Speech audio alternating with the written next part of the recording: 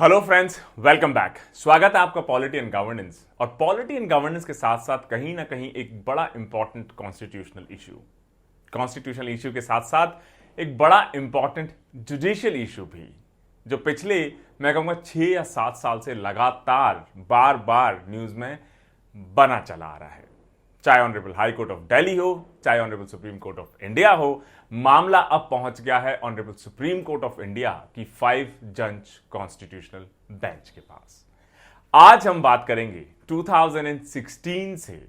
जो लगातार ये इशू दिल्ली गवर्नमेंट और सेंट्रल गवर्नमेंट के बीच में एडमिनिस्ट्रेटिव कंट्रोल को लेके, सर्विसेज पे किसका कंट्रोल रहेगा, किस टाइप की सर्विस में कौन ट्रांसफर कर पाएगा, कौन पोस्टिंग कर पाएगा, सेंट्रल गवर्नमेंट द्वारा appointed lieutenant governor of Delhi या फिर लोगों द्वारा चुनी हुई दिल्ली गवर्नमेंट। बड़ा ही इंटरेस्टिंग कॉम्प्लेक्स इश्यू है ये, जिसमें honourable high court of Delhi के कुछ जजमेंट्स हैं। Honourable supreme court of India में जब अपील हुई 2017 में, तो 2018 में एक वर्डिक्ट आई, उसके बाद 2019 में स्प्लिट वर्डिक्ट आई, उसके बाद इसको 3 जज बेंच के पास रेफर कर दिया गया। एंड फाइनली अभी जो 3 जज बेंच रही, जिसको हेड कर रहे थे honourable chief justice of India, उन्होंने मैटर की कॉम्प्लेक्सिटी को देखते हुए या सब्सटेंटिव इश्यूज ऑफ लॉ या इंटरप्रिटेशन ऑफ कॉन्स्टिट्यूशन को देखते हुए यह अप्रोप्रिएट समझा कि इसको जो कॉन्स्टिट्यूशनल बेंच होती है, जो 5 जजों की बनी होती है honourable supreme court of India की, उसके पास भेजा जाना अप्रोप्रिएट होगा, ताकि ये जो इशू है government of Delhi versus central government या government of Delhi versus lieutenant governor of Delhi, इस इशू को हमेशा हमेशा के लिए क्लियरली इंटरप्रीट करके इसको रिजॉल्व करवाया जा सके, ताकि क्लैरिटी रहे कि किसका कंट्रोल कहां तक लिमिटेड है, उसके बाद किसका डिसीजन, किसकी चॉइस या किसका डायरेक्शन प्राइमेसी लेगा बाकी गाइडेंस के ऊपर। तो दोस्तों, आज हम बात करेंगे एक स्पेसिफिक इशू के ऊपर कि सबसे पहले समझेंगे हिस्टोरिकली कैसे ये मामला इवॉल्व हुआ, कैसे डिफरेंट जजमेंट्स आए, और अभी honourable supreme court of India ने किस पर्टिकुलर इशू को डिसाइड करने के लिए पूरे मामले को रेफर किया है 5 जज constitutional bench of honourable supreme court of India. दोस्तों, किसी भी वीडियो, किसी भी लेक्चर के रिसोर्सेज के लिए आपको डिस्क्रिप्शन सेक्शन में जाना होगा। पहला लिंक इंग्लिश, दूसरा हिंदी, और आप हमारा टेलीग्राम चैनल भी ज्वाइन कर सकते हैं। सबसे पहले टॉपिक न्यूज में क्यों बना रहा, फ्राइडे को 4 मई जो 3 जज बेंच रही honourable supreme court of India, जिसको हेड कर रहे थे honourable chief justice of India Shri N V. Ramana, उन्होंने जो डिस्प्यूट है श्री अरविंद केजरीवाल लेड दिल्ली गवर्नमेंट और सेंट्रल गवर्नमेंट के बीच में टसल, खासतौर से जो दिल्ली की ब्यूरोक्रेसी है या जिसको सर्विसेज कहा जाता है, जिसमें आईएएस एटसेट्रा सभी लोग इंक्लूडेड होते हैं, उसका कंट्रोल किसके पास होगा, इसको डिसाइड करने के लिए। और इसको अब भेजा जा चुका है 5 जज कॉन्स्टिट्यूशनल बेंच, ताकि ये जो 5 जज कॉन्स्टिट्यूशनल बेंच है ये इसको पूरे डिटेल में समझे, कॉन्स्टिट्यूशन को इंटरप्रेट करे, जो कॉन्स्टिट्यूशनल प्रोविजंस हैं जो दिल्ली को स्पेशल स्टेटस देते हैं, आर्टिकल 239AA, उसको प्रॉपर्ली इंटरप्रीट करके फाइनली एक अथॉरिटेटिव प्रोनाउंसमेंट इंश्योर करे पूरे मामले पे। Honourable supreme court of India ने इस मामले को कॉन्स्टिट्यूशनल बेंच की हियरिंग के लिए मई 11 के लिए निर्धारित किया है, और यह भी कहा है कि मामला 15 मई से पहले कंक्लूड हो जाना चाहिए, ताकि जो भी जजमेंट हो, ये कोर्ट की जब समर वेकेशन स्टार्ट होगी मई 23, उस दौरान इसको प्रिपेयर किया जा सके, ताकि अब इतने सालों से चले आ रहे इस डिस्प्यूट को फाइनली सेटल कर दिया जाए। अब समझने की कोशिश की जाए कि जो डिस्प्यूट है सेंटर और दिल्ली गवर्नमेंट के बीच में एक्चुअली है क्या, कब से चला आ रहा है। दिल्ली गवर्नमेंट, जिसको आप honourable chief minister of Delhi Shri Arvind Kejriwal के अंडर जो गवर्नमेंट है वो भी कह सकते हैं, या गवर्नमेंट ऑफ एनसीटी भी कह सकते हैं, नेशनल कैपिटल टेरिटरी की गवर्नमेंट जो है, versus central government of India के केस में दिल्ली गवर्नमेंट ने आर्ग्यू किया honourable supreme court of India कि अगर हमारी पावर नहीं रहेगी एडमिनिस्ट्रेटिव सर्विसेज के ऊपर, फॉर एग्जांपल आईएएस के ऊपर, इंडियन एडमिनिस्ट्रेटिव सर्विसेज के ऊपर, जो हेड करते हैं अलग अलग डिपार्टमेंट्स को, तो फिर हम एडमिनिस्ट्रेशन कैसे चला पाएंगे। अभी ये जो सर्विसेज हैं, ब्यूरोक्रेसी है, इसको कंट्रोल किया जाता है लेफ्टिनेंट गवर्नर द्वारा, क्योंकि दिल्ली को अभी एक्चुअली यूनियन टेरिटरी ही समझा जाता है, ट्रीट किया जाता है rather than a full state. और ऑनरेबल लेफ्टिनेंट गवर्नर को कौन अपॉइंट करता होगा? Central government of India. जो भी सेंट्रल गवर्नमेंट होगी वो डिसाइड करेगी कि दिल्ली का एडमिनिस्ट्रेटर या दिल्ली के ऑनरेबल लेफ्टिनेंट गवर्नर कौन होंगे। और जो भी ऑनरेबल लेफ्टिनेंट गवर्नर अपॉइंट किए जाएंगे by central government of India, उनके पास पूरी अथॉरिटी होगी, पावर होगा, कंट्रोल होगा सभी सर्विसेज के ऊपर, और सिर्फ आईएएस ही नहीं, बाकी भी ब्यूरोक्रेसी के ऊपर, डैनिक्स के ऊपर भी। अब क्वेश्चन कि 2019 में जो एपेक्स कोर्ट ने honourable supreme court of India की जो 2 जज बेंच रही उसने डिसीजन दिया, क्या उसमें सर्विसेज का कंट्रोल किसके अंडर रहेगा उसको डिसाइड नहीं किया गया। 2019 का जो जजमेंट रहा honourable supreme court of India की 2 जज बेंच, उन्होंने बाकी कई मामले में तो अपनी राय दी, लेकिन एडमिनिस्ट्रेशन या ब्यूरोक्रेसी किसके कंट्रोल में रहेगी इस मामले को उस वक्त डिसाइड नहीं किया गया। और उन्होंने कहा कि इस मामले को 3 जज बेंच को रेफर किया जाना जरूरी है, क्योंकि मामला बहुत कॉम्प्लेक्स है, इसके वाइडर रेमिफिकेशंस हो सकते हैं पूरे दिल्ली या एनसीटी की गवर्नेंस पे। तो क्योंकि स्प्लिट जजमेंट हुआ, इसका मतलब कि 3 जज बेंच को भेजा गया, 3 जज बेंच ने अभी तक कोई डिसीजन नहीं दिया, उन्होंने इसको 5 जज बेंच को रेफर कर दिया है। तो अभी फिर कौन सा जजमेंट या कौन सा नोटिफिकेशन या कौन सा लॉ या रूल गवर्न करता है इसकी सर्विसेज किसके अंडर अभी करंटली फॉल होंगी। जब honourable supreme court of India की 5 जज बेंच का जजमेंट आएगा तब हो सकता है चीजें बदल जाएं, हो सकता है चीजें सेम रहे, हो सकता है कुछ उसमें ट्वीक्स हो, टर्न्स हो, चेंजेस हो। लेकिन अभी 2016 का जो जजमेंट रहा ऑनरेबल दिल्ली हाई कोर्ट का, वो एक्चुअली गवर्न करता है, या उसका जो वर्डिक्ट रहा वो गवर्न करता है कि एडमिनिस्ट्रेशन या ब्यूरोक्रेसी अभी किसके अंडर आएगी। और 2016 के जजमेंट में bye honourable Delhi high court उन्होंने क्लियरली डिक्टेट दिया कि जो भी सर्विसेज हैं ये गवर्नमेंट ऑफ दिल्ली या फिर NCT national capital territory government के अंडर नहीं आएंगी। 2016 का जो जजमेंट रहा ऑनरेबल दिल्ली हाई कोर्ट का, उन्होंने कहा कि ये जो सर्विसेज हैं ये जो एडमिनिस्ट्रेटर होंगे ऑनरेबल लेफ्टिनेंट गवर्नर उनके अंडर ही आएंगी। और इस दिल्ली हाई कोर्ट के 2016 के जजमेंट को ही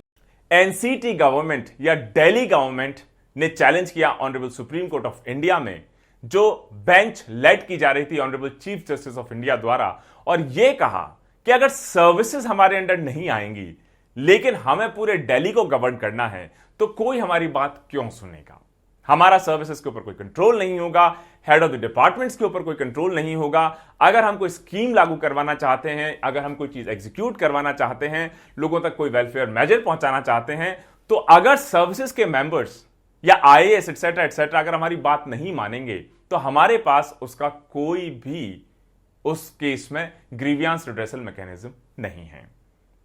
दिल्ली गवर्नमेंट ने यह भी कहा कि यह तो ऐसी सिचुएशन हो गई कि किंग तो बन गए लेकिन किंगडम हमें नहीं दिया गया। सिचुएशन को इस तरीके से भी कंटेस्ट किया गया honourable supreme court of India में कि जब डेमोक्रेटिकली इलेक्टेड गवर्नमेंट लोगों ने चुनी है दिल्ली में, तो बाकी स्टेट्स की तरह जो रेगुलर फंक्शंस हैं वो इस इलेक्टेड गवर्नमेंट चुनी हुई सरकार के पास क्यों ना दिए जाएं। और हर चीज के लिए या हर छोटे छोटे अप्रूवल के लिए अगर चुनी हुई गवर्नमेंट को, मतलब गवर्नमेंट ऑफ दिल्ली को, ऑनरेबल लेफ्टिनेंट गवर्नर का अप्रूवल लेना पड़े तो इससे पूरा जो डिसीजन मेकिंग प्रोसेस है बहुत स्लो हो जाएगा, इनएफिशिएंट हो जाएगा। और दिल्ली गवर्नमेंट ने यह भी कंटेस्ट किया honourable supreme court of India में कि अगर हमें कोई भी अपॉइंटमेंट करना हो, चाहे वो हेल्थ सेक्रेटरी का हो, कॉमर्स सेक्रेटरी का हो या किसी भी और डिपार्टमेंटल हेड का हो, उसके लिए हम डिसीजन नहीं ले सकते, लेकिन सिर्फ ऑनरेबल लेफ्टिनेंट गवर्नर ही ले सकते हैं, जिनको अपॉइंट किया जाता है by the central government of India. तो दिल्ली गवर्नमेंट ने यह कंटेस्ट किया कि जब चुना हमें गया है लोगों द्वारा, हमारी रिस्पॉन्सिबिलिटी है, हमारी अकाउंटेबिलिटी है लोगों के प्रति, तो फिर अगर हम हेड ऑफ द स्टेट या ब्यूरोक्रेसी या सर्विसेज को कंट्रोल नहीं कर पाएंगे तो इफेक्टिवली कैसे गवर्न कर पाएंगे, वेलफेयर मेजर्स को लोगों तक कैसे पहुंचा पाएंगे, या कैसे एक रोबस्ट गवर्नेंस लोगों को दे पाएंगे। वहीं सेंट्रल गवर्नमेंट ऑफ इंडिया ने कंटेस्ट किया अप्रैल 27 को। उन्होंने कहा कि दिल्ली एक आम सिटी नहीं है, यह नेशन की कैपिटल है, पूरे इंडिया को रिप्रेजेंट करती है, हमारे नेशन का फेस है। और इस वजह से ये इसको सिटी की तरह ट्रीट ना किया जाए, सिंपल एक यूटी यूनियन टेरिटरी की ट्रीट ना किया जाए, एक स्प्रॉवलिंग मेट्रोपोलिस है। इसका मतलब कोई भी बाहर से आएगा, कोई भी इंडिया को समझने की कोशिश करेगा, इंडिया का जो रिफ्लेक्शन होगा सबसे पहले अपनी कैपिटल दिल्ली से ही उसको मिलेगा। और इस वजह से दिल्ली सिर्फ एक सिटी नहीं, दिल्ली सिर्फ एक यूटी नहीं, दिल्ली अपने आप में इंडिया को रिप्रेजेंट करने वाला सबसे इंपॉर्टेंट एंटिटी आप कह सकते हैं। और इसी वजह से दिल्ली को आप जो वहां का स्टेट लेजिस्लेचर है, जिसके पास लिमिटेड पावर है, लिमिटेड रिसोर्सेज हैं, उसकी मर्जी पे नहीं छोड़ सकते। दिल्ली को बड़ा सपोर्ट चाहिए, बड़ा सिस्टम चाहिए जो सेंट्रल गवर्नमेंट के साथ या सेंट्रल स्ट्रक्चर के साथ पूरी तरह इंटीग्रेटेड हो, ताकि दिल्ली को जो भी जरूरतें हो, जो भी रेस्पॉन्स हो, जो भी मेजर्स हो, वो दिल्ली प्लस सेंट्रल गवर्नमेंट एक साथ मजबूती से ले सकें। Honourable solicitor general Shri Tushar Mehta, जो कि सेंट्रल गवर्नमेंट को रिप्रेजेंट कर रहे हैं, उन्होंने एक सुप्रीम कोर्ट में यह भी सबमिट किया कि जो सर्विसेज का मामला है इतना सिंपल नहीं है, इसमें एक substantial question of interpretation of the law involve है। इस वजह से इसको एक 5 जज कॉन्स्टिट्यूशनल बेंच को रेफर किया जाना ही सबसे सही होगा। और इस सबमिशन को दिल्ली गवर्नमेंट ने स्ट्रांगली अपोज किया, लेकिन honourable supreme court of India ने जो सेंट्रल गवर्नमेंट का सबमिशन था कि इसको 5 जज कॉन्स्टिट्यूशनल बेंच के पास रेफर किया जाना अप्रोप्रिएट होगा, उसको माना और फाइनली यह डिसीजन दिया कि 3 जज बेंच के बजाय इसको अब 5 जज कॉन्स्टिट्यूशनल बेंच को भेजा जाए, ताकि यह मामला हमेशा हमेशा के लिए सेटल हो जाए। अब थोड़ा सा पीछे जाते हैं हिस्ट्री में, पूरे डिस्प्यूट की रूट या जड़ को समझने की कोशिश करते हैं। ये जो डिस्प्यूट है कि एडमिनिस्ट्रेटिव सर्विसेज जैसे आईएएस एटसेट्रा, उस पर किसका कंट्रोल होगा, ये जो दिल्ली गवर्नमेंट है या honourable chief minister of Delhi Shri Arvind Kejriwal led government है, उनकी और सेंट्रल गवर्नमेंट ऑफ इंडिया के बीच की लंबी टसल का एक छोटा सा हिस्सा कहा जा सकता है। जैसे अगस्त 2016 में जब ऑनरेबल दिल्ली हाई कोर्ट का जजमेंट आया, तो उन्होंने रूल किया कि ये जो कंटेंशन है दिल्ली गवर्नमेंट की कि उनको यूटी के बजाय एक फुल स्टेट बना दिया जाए, ये बिल्कुल भी मेंटेनेबल नहीं है। ऑनरेबल दिल्ली हाई कोर्ट ने यह भी कहा कि दिल्ली यूटी थी, यूनियन टेरिटरी थी और यूटी ही रहेगी जब तक सेंट्रल गवर्नमेंट इसको बाय लॉ चेंज ना कर दे। और क्योंकि ये यूटी है, यूनियन टेरिटरी है, इस वजह से इसका administrative head honourable lieutenant governor को माना जाएगा, ना कि गवर्नमेंट ऑफ दिल्ली, ना कि गवर्नमेंट ऑफ एनसीटी को। इसके अलावा दिल्ली गवर्नमेंट का यह असर्शन या ये कंटेंशन कि ऑनरेबल एलजी को जो भी एड एंड एडवाइस होगी गवर्नमेंट ऑफ दिल्ली की काउंसिल ऑफ मिनिस्टर्स की, उसको मानना ही पड़ेगा, उसी के हिसाब से काम करना पड़ेगा, जैसा एक नॉर्मल स्टेट में होता है, ऑनरेबल हाई कोर्ट ने उसको भी मानने से मना कर दिया। ऑनरेबल हाई कोर्ट के अगस्त 2016 के जजमेंट में उन्होंने कहा कि जो ऑनरेबल लेफ्टिनेंट गवर्नर हैं, उनके ऊपर एड एंड एडवाइस जो भी काउंसिल ऑफ मिनिस्टर्स हैं या दिल्ली गवर्नमेंट है, वो बिल्कुल भी बाइंडिंग नहीं है, बाध्य नहीं है। अपनी मर्जी से, अपने हिसाब से, अपने डिस्क्रेशन से, अपने विवेक से वो काम कर सकते हैं। इसके अलावा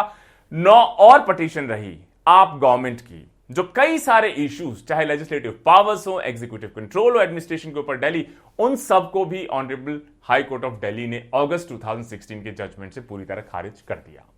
और उस वक्त भी ये जो इशू है कि बाकी सभी इशू एक साथ और सर्विसेज को कौन कंट्रोल करेगा, वो एक तरफ, उस पे भी कोई ना कोई डिसीजन हो जाए। तो उस वक्त honourable high court of Delhi ने कहा कि जो सेंट्रल गवर्नमेंट का डायरेक्शन है 2015 का, जिसमें क्लियरली कहा गया है कि ऑनरेबल लेफ्टिनेंट गवर्नर को अथॉरिटी दी जाती है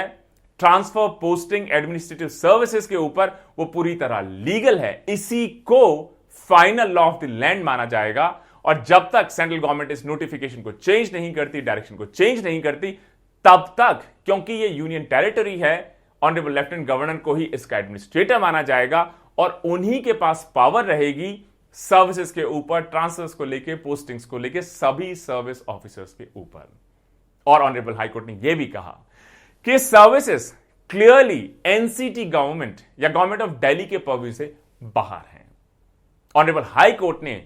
जो अपॉइंटमेंट्स एनसीटी या दिल्ली गवर्नमेंट ने किए कुछ सर्विस पोस्ट पे, उनको भी इलीगल डिक्लेयर कर दिया कि क्योंकि आपके पास अथॉरिटी ही नहीं है सर्विसेज के बारे में, तो आप अपॉइंटमेंट्स कैसे कर सकते हैं। जब honourable high court of Delhi का 2016 का जजमेंट आया, तो दिल्ली गवर्नमेंट ने इसके खिलाफ अपील फाइल की honourable supreme court of India में, हाई कोर्ट के इस जजमेंट के खिलाफ। और honourable supreme court of India ने फरवरी 2017 में इस मैटर को एक 5 जज बेंच के पास रेफर किया और उन्होंने कहा कि आप ये जो आर्टिकल 239A है कॉन्स्टिट्यूशन का, जो दिल्ली को स्पेशल स्टेटस देता है, साथ ही साथ क्या पावर्स होंगी सेंट्रल गवर्नमेंट की, स्टेट गवर्नमेंट की, यूटी गवर्नमेंट की, एनसीटी की, दिल्ली गवर्नमेंट की, इसको क्लियरली आइडेंटिफाई करिए, इन सारे इश्यूज को आप रिजॉल्व करवाइए। इसके अलावा जो मैटर है पावर शेयरिंग को लेके, मतलब सर्विसेज का मैटर 5 जज बेंच डिसाइड करे, बाकी जो इश्यूज है उसको एक जनरल बेंच डिसाइड करे जो 3 जज बेंच हो सकती है, उसको रेफर किया गया। अब आर्टिकल 239A को समझना बहुत जरूरी है पूरे मामले को समझने के लिए।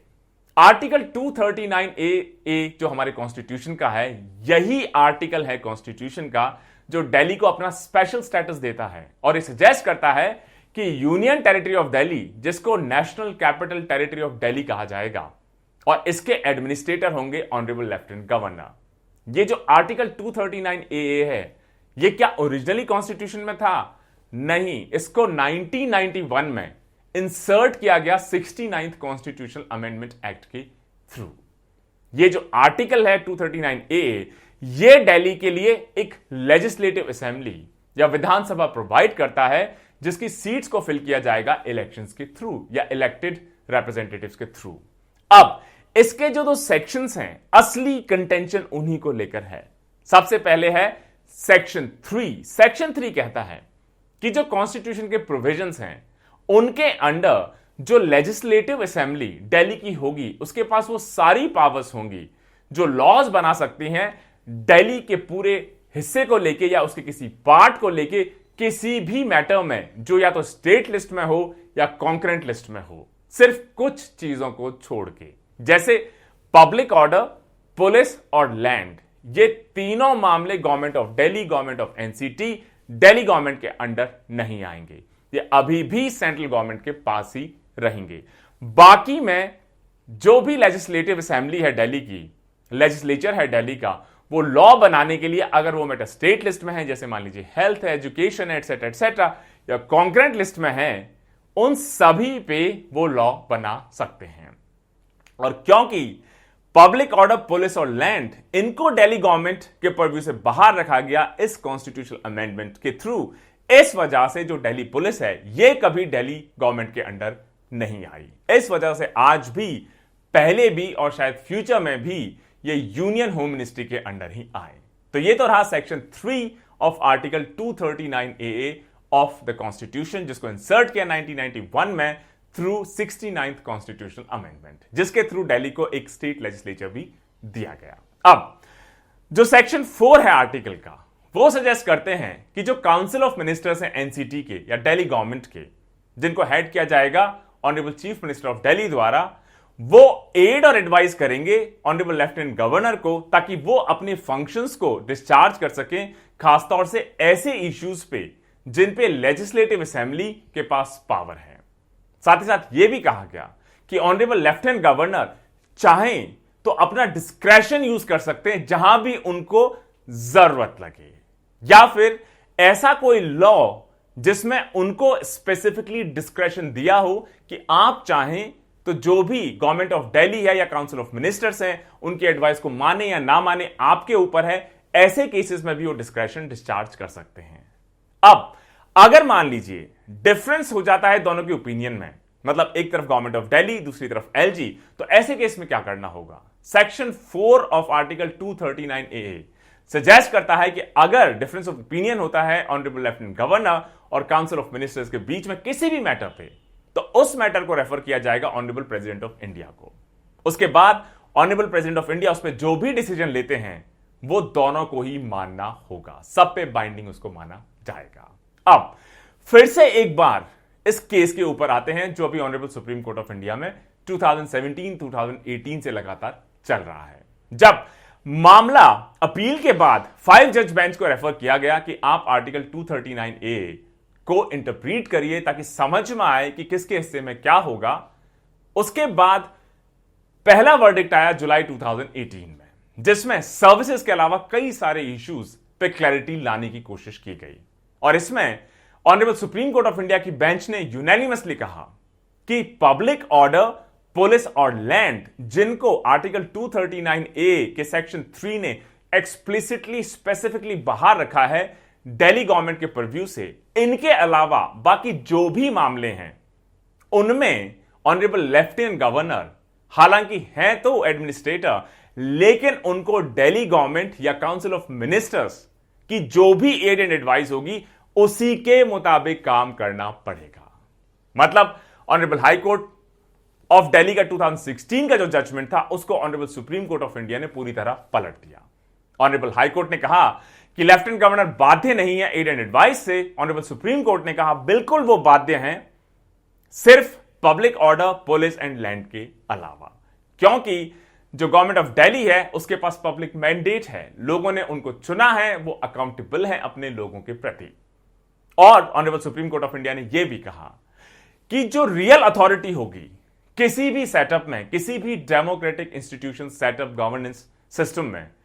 वो डिसीजन लेने की सही पावर, रियल पावर हमेशा इलेक्टेड गवर्नमेंट के पास ही होनी चाहिए। और यही मतलब है एड एंड एडवाइस। इसका मतलब गवर्नमेंट जो भी गवर्नर को कहे, गवर्नर को वो मानना ही पड़ता है। स्टेट्स में सिमिलरली अगर इलेक्टेड गवर्नमेंट दिल्ली के केस में ऑनरेबल लेफ्टिनेंट गवर्नर कुछ एडवाइस करती है, सजेस्ट करती है, तो उनको मानना ही पड़ेगा, सिर्फ पब्लिक ऑर्डर, पुलिस और लैंड को छोड़ के। उन्होंने कहा कि ऑनरेबल लेफ्टिनेंट गवर्नर को एक टाइटुलर हेड की तरह माना जा सकता है और उन्हें हमेशा जो भी इलेक्टेड गवर्नमेंट होगी दिल्ली की, उसकी एड एंड एडवाइस के हिसाब से ही काम करना पड़ेगा। उन्होंने यहां तक कहा honourable supreme court of India की बेंच ने कि गवर्नमेंट जो दिल्ली की है उसकी एड एंड एडवाइस के बिना अगर इंडिपेंडेंटली ऑनरेबल लेफ्टिनेंट गवर्नर काम करना चाहते हैं तो उनके पास ऐसी कोई इंडिपेंडेंट अथॉरिटी नहीं है। मतलब वो सिर्फ ऐसे ही केसेस में डिसीजन ले सकते हैं जिनको गवर्नमेंट ऑफ दिल्ली या नेशनल कैपिटल टेरिटरी गवर्नमेंट के परव्यू से एक्सप्लिसिटली आर्टिकल 239A के सेक्शन 3 में बाहर रखा गया है, जो कि public order, police and land है। इसके अलावा सभी मामलों में ऑनरेबल लेफ्टिनेंट गवर्नर को गवर्नमेंट ऑफ दिल्ली की एड एंड एडवाइस के हिसाब से काम करना पड़ेगा। आर्टिकल 239 ऑफ द कॉन्स्टिट्यूशन यह डील करता है कि जो भी हमारी यूनियन टेरिटरीज हैं उनकी एडमिनिस्ट्रेशन कैसे हो, जिसमें क्लियरली लिखा है कि जो भी यूटीज की एडमिनिस्ट्रेटर कि जो भी यूनियन टेरिटरीज के एडमिनिस्ट्रेटर्स होंगे उनको अपॉइंट किया जाएगा by the honourable president of India. और ऑनरेबल प्रेसिडेंट ऑफ इंडिया के पास गवर्नर्स को अपॉइंट करने और यूटीज के एडमिनिस्ट्रेटर्स को अपॉइंट करने की पावर भी है। 5 जज बेंच जिन्होंने डील किया आर्टिकल 239A, उसमें एक 2 जज बेंच जिसमें जस्टिस AK सीकरी और अशोक भूषण रहे, जो दोनों रिटायर हो चुके हैं, दोनों ने सर्विसेज के अलावा जो इश्यूज थे पावर शेयरिंग को लेकर उनके साथ डील किया। जैसे उन्होंने डिसीजन देने की कोशिश की कि एंटी करप्शन ब्रांच जो है दिल्ली गवर्नमेंट की, क्या वो इन्वेस्टिगेट कर सकती है सेंट्रल गवर्नमेंट एम्प्लॉइज को, जिसमें उन्होंने फेवर किया सेंट्रल गवर्नमेंट को। बेंच ने 2019 में एक स्प्लिट ओपिनियन दी कि सर्विसेज के ऊपर किसका कंट्रोल होना चाहिए। जस्टिस भूषण ने कहा कि दिल्ली गवर्नमेंट के पास कोई पावर नहीं होगी सर्विसेज के ऊपर किसी भी तरह की। वहीं ऑनरेबल जस्टिस श्री सीकरी ने कहा कि ऐसा नहीं है, और जस्टिस सीकरी क्योंकि इस 2 जज बेंच के लीड जज भी थे, उन्होंने कहा कि क्यों ना सर्विसेज को 2 हिस्सों में बांट दिया जाए। उन्होंने एक बीच का रास्ता सजेस्ट करने की कोशिश की। उन्होंने कहा कि ऐसी फाइल्स, ऐसे ट्रांसफर्स, ऐसी पोस्टिंग जो सेक्रेटरी या हायर लेवल या joint secretary head of the department level के हों, इनको सीधा ऑनरेबल लेफ्टिनेंट गवर्नर को भेजा जाए। लेकिन जो लोअर सर्विसेज आप जिनको कह सकते हैं, जैसे DANICS, Delhi Andaman Nicobar island services etcetera, इनको काउंसिल ऑफ मिनिस्टर्स या गवर्नमेंट ऑफ दिल्ली के थ्रू भेजा जाए ऑनरेबल लेफ्टिनेंट गवर्नर को। अगर दोनों में कोई डिफरेंस ऑफ ओपिनियन होता है तो फाइनली ऑनरेबल लेफ्टिनेंट गवर्नर की ही मर्जी को प्रिवेल माना जाएगा। लेकिन स्प्लिट वर्डिक्ट था तो इस वजह से इसको इफेक्ट में नहीं लाया जा सका। उसके बाद इस मामले को 3 जज बेंच को रेफर कर दिया गया। फाइनली अब 3 जज बेंच को भी लगा कि यह एक इंपॉर्टेंट इंटरप्रिटेशन ऑफ लॉ का इशू है, सब्सटेंटिव इंटरप्रिटेशन ऑफ लॉ का इशू है। इस वजह से इसको 5 जज कॉन्स्टिट्यूशनल बेंच को रेफर किया जाना सही होगा। इसके अलावा और भी कुछ इश्यूज हैं जो government of Delhi versus central government of India के बीच में जो कंटेंशंस हैं पहुंच चुके हैं honourable supreme court of India में। जैसे दिल्ली गवर्नमेंट ने honourable supreme court of India में जो 4 अमेंडमेंट्स लाए गए हैं government of national capital territory of Delhi, या जिसको जीएनसीटीडी एक्ट भी कहा जाता है, उनको क्वैश करने के लिए भी honourable supreme court of India में अपील की है। इसके अलावा जो 13 rules transaction of business of the government of national capital territory of Delhi rules 1993 में लाए गए हैं, उनको भी क्वैश करने के लिए दिल्ली गवर्नमेंट ने मूव किया honourable supreme court of India में। सेंट्रल गवर्नमेंट ऑफ इंडिया ने ये सारे अमेंडमेंट्स पिछले साल मार्च और जुलाई के महीने में इफेक्ट किए हैं, इन्फोर्स किए हैं, और गवर्नमेंट ऑफ दिल्ली ने कंटेंट किया है कि ये जो अमेंडमेंट्स हैं, ये जो हमारे कॉन्स्टिट्यूशन का बेसिक स्ट्रक्चर है, Kesavananda Bharati case, landmark case, क्या आप कोई भी अमेंडमेंट ला सकते हैं, लेकिन बेसिक स्ट्रक्चर जो हमारे संविधान का है, कॉन्स्टिट्यूशन को, उसको कोई भी गवर्नमेंट चेंज नहीं कर सकती, चाहे वो सेंट्रल गवर्नमेंट हो, चाहे वो स्टेट गवर्नमेंट हो। दिल्ली गवर्नमेंट ने कहा है कि इन अमेंडमेंट्स के थ्रू हमारे बेसिक स्ट्रक्चर है कॉन्स्टिट्यूशन का, वो वॉयलेट होता है। इस वजह से ये जो अमेंडमेंट्स ऑनरेबल लेफ्टिनेंट गवर्नर को ज्यादा पावर देते हैं इलेक्टेड गवर्नमेंट के बजाय, इनको क्वेश्च किया जाना जरूरी है, वरना तो जो हमारे कॉन्स्टिट्यूशन का बेसिक स्ट्रक्चर है वो ही हमेशा हमेशा के लिए वॉयलेट हो जाएगा। तो दोस्तों, बड़ा इंटरेस्टिंग टसल, बड़ा ही इंटरेस्टिंग पॉलिटी का इशू, बहुत सारे important substantive questions of interpretation of law इसमें इन्वॉल्व हैं। लेकिन मैच्योर्ड गवर्नमेंट्स की तरह, चाहे वो हमारी सेंट्रल गवर्नमेंट हो, चाहे गवर्नमेंट ऑफ दिल्ली हो, दोनों ने ही जो इसका सही ग्रीवियंस रिड्रेसल है, जो हमारी इंडिपेंडेंट ऑल पावरफुल जुडिशरी है, उसको अप्रोच किया। 2016 में ऑनरेबल दिल्ली हाई कोर्ट का जजमेंट आया, जिसको सभी ने माना किसी और जजमेंट की तरह। उसके बाद 2018 में जो जजमेंट आया, उसको सभी ने माना। एंड फाइनली अब जो सबसे कंटेंशियस इशू है कि सर्विसेज को कौन कंट्रोल करेगा, जब ये पहुंच गया है 5 जज कॉन्स्टिट्यूशनल बेंच के पास, तो जो भी honourable supreme court of India का फाइनल जजमेंट होगा, मुझे लगता है सभी गवर्नमेंट्स बाकी सभी जजमेंट्स की तरह, एक मैच्योर डेमोक्रेसी की तरह, वर्ल्ड की लार्जेस्ट डेमोक्रेसी की तरह, बड़े बड़े इश्यूज को हमने रिजॉल्व करवा लिया है, तो ये इशू भी रिजॉल्व हो ही जाएगा। Let's hope for the best. Stay tuned. जय हिंद, जय भारत।